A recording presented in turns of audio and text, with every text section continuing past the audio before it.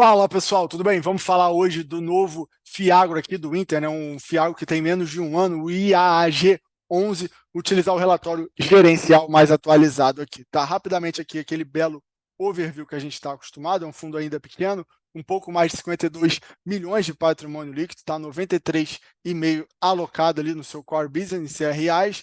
O fundo tem apenas 4.224 cotistas, tá? Um carrego bruto na carteira de CDI mais 4,1.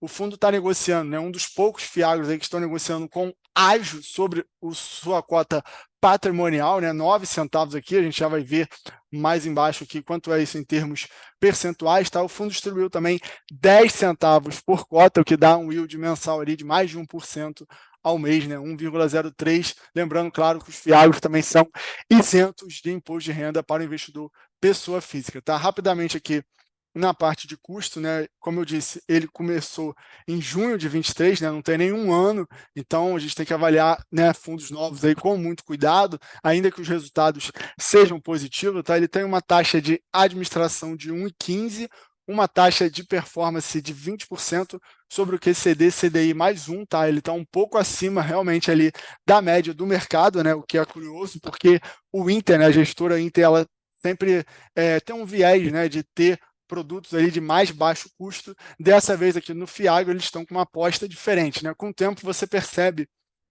que as gestoras têm uma característica, né? E geralmente a característica do Inter não é pesar a mão no custo, né? Embora aqui também o retorno-alvo também seja alto, né? CDI mais 3 a 4%, que eles estão conseguindo entregar, tá? Diga-se de passagem também. Enfim, vamos analisar, né? Conforme o tempo for passando, a gente vai analisando, tá certo? Então, como eu falei, né? 10 centavos aí por cota, o que dá um carrego líquido após os custos de aproximadamente CDI mais 3%, tá certo? Então, no quadrimestre de 2024, né, ele entregou, né, até na faixa que ele se propõe, né, que é de 3 a 4, ele entregou ali, se a gente for analisar o primeiro quadrimestre de 2024, CDI mais 3,4, já isento de imposto de renda, tá certo? Então, outra coisa que vale a pena falar, né, todos estão acompanhando essa tragédia que se abateu ali sobre o Rio Grande do Sul, e o fundo informa que ele não tem exposição direta, tá, ao estado do Rio Grande do Sul. Então, teoricamente, né, o fundo vai conseguir passar ileso sobre essa situação. Claro que, né, a gente está abordando aqui somente a parte ligada ao IAG, né? Evidentemente que a tragédia tem outras dimensões, né? Acho que eu não preciso nem reforçar isso, né? Rapidamente aqui em relação a açúcar e etanol, que é um dos setores que tem maior exposição aqui desse Fiagro, tá? O relatório da Unica apresentou o crescimento ali de 14%, tá, em termos de tonelada em comparação com a safra anterior, e também teve um aumento de mix açucareiro, 43,6% contra 38%. Tá? Então, a expectativa dessa safra recorde de açúcar tem impactado os preços, que já, né, voltou bastante ali, né, saiu de $24 para 18 no mercado futuro ali de açúcar, porém ainda estão vendo preço favorável para açúcar, diferentemente do etanol hidratado, né, que não é segredo para ninguém, a Petrobras tem dado uma segurada ali no preço da gasolina, né, na paridade, e isso prejudica ali a valorização do etanol. Tá? Segundo a Abicom, o preço da gasolina estava com uma defasagem de aproximadamente 15%, tá certo?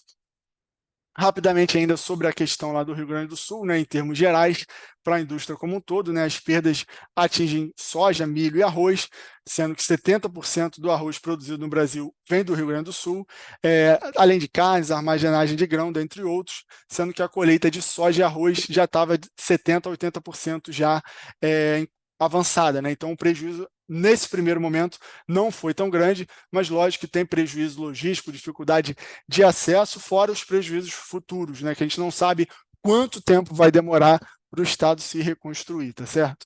Então, vamos passar agora aqui para a carteira rapidamente, né? O fundo ele está todo indexado ao CDI, tá? São posições ali em torno de, muitas posições aqui em torno de 7 a 6%.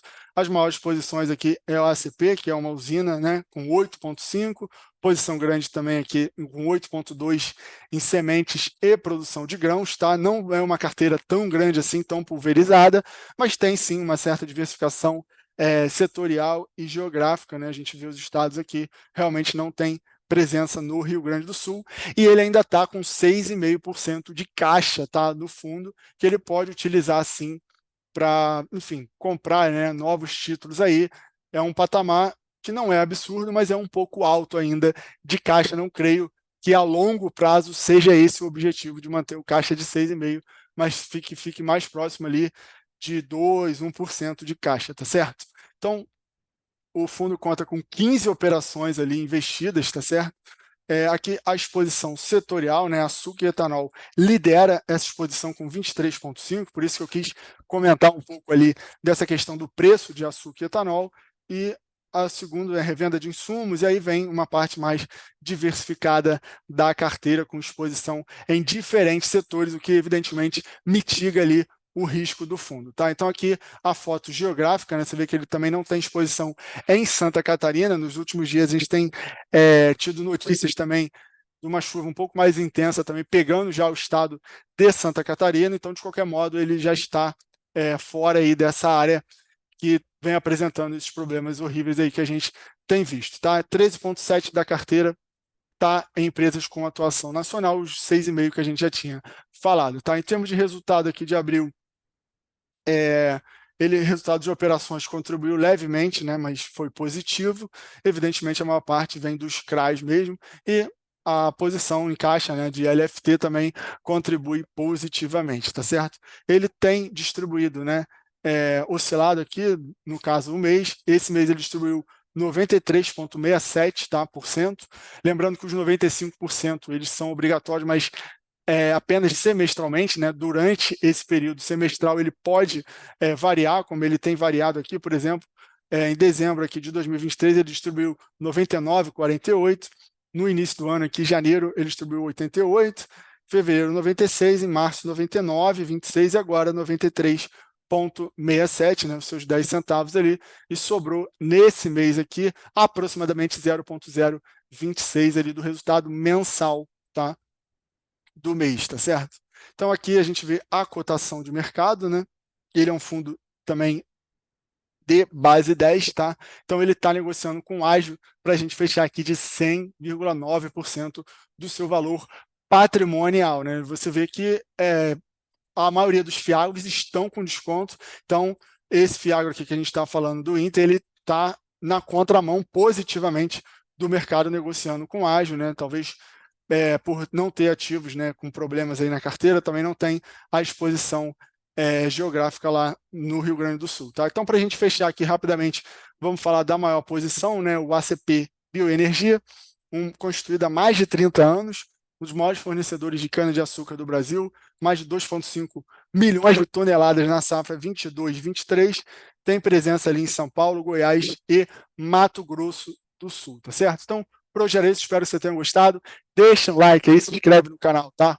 Grande abraço.